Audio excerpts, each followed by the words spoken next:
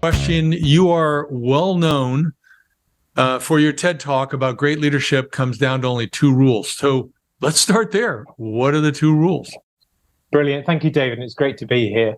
The two rules. Well, what I found over the years, I actually tried researching a whole range of different leadership models and concepts and ideas, because there's been so much research over the last decades. There's a plethora of it. And I even tried piecing it all together. And you end up with this sort of complex picture that doesn't actually make any sense whatsoever.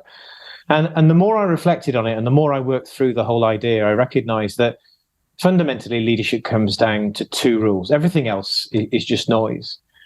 And rule number one is the starting point for all things leadership. The first thing that any leader needs to get their head around is that it's not about you. It's not about your way of doing things. It's not about your solutions. It's not about your ego. It's actually about them. A leader is somebody who delivers results through other people. And if we really want to deliver the best possible outcome in every respect of the word, leadership is what happens when you realize that it's not just your job to deliver the result, but actually it's your job to deliver the team who deliver the result. That's when things really start to happen. And that's all about rule number one. And so what about these leaders? I mean, what if you are on a leadership team and you're realizing it's not about you, but you either have a peer or your boss, let's say they're well-intentioned, but they're not realizing that they're like fighting for certain things because it is about them and they want to be right or whatever it might be. What do you do? So, we talk a lot, don't we, about managing upwards, as though there's the perfect solution is a special technique that you might apply if you're working upwards. It's actually all the same principles, all the same skills and approaches that you would apply to somebody who's reporting into you would be the same principles you'd apply to somebody that you're reporting into yourself. And I would argue in that situation that it comes down to the conversations that we have and the willingness to have them. And we as leaders, it doesn't matter which direction we're communicating in, need to communicate openly and honestly with respect and have those conversations. And I would be arguing if a leader's in that situation, they find themselves in a team where there are some people that get it and there are some people that don't, to be having those conversations. But with all of this, we have to recognize that there's two factors. First of all, we create our own weather. So we create an environment immediately around us. And we also have to recognize, and this leads later on into rule number two, you can't actually change somebody else's behavior. You can only change your own behavior. Oh, yeah. And that's something we all need to be really clear on. But the second part of this is also to recognize that, we're not trees. We can actually get up and go somewhere else. So if we find ourselves in an organization, in a team, where despite our best efforts to A, lead by example, and B, have the real conversations to create the shift that is needed, if none of that is working, then it's totally appropriate for us to decide to go somewhere else where we feel that it is going to work. Yeah, makes perfect sense. It strikes me, though, after I ask the question, that if I'm going to have that conversation with someone, it seems like I need to do a gut check myself just to kind of confirm whether it's a small amount or whether it's a large amount. Could I accidentally be doing the same thing? Sometimes, undoubtedly. Right? Yeah.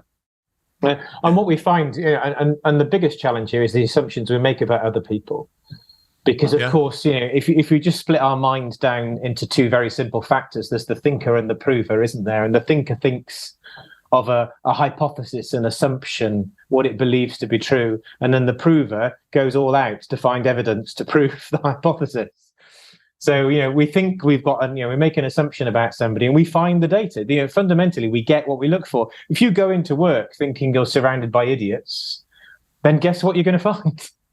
It becomes an entirely self-fulfilling prophecy. So I think you're absolutely right. And again, this leads us to rule number two, because rule number two recognizes that in time, every leader gets the team they deserve, which obviously is a bit of an uncomfortable statement for us to come face to face with, because sometimes we don't like the team that we've actually got.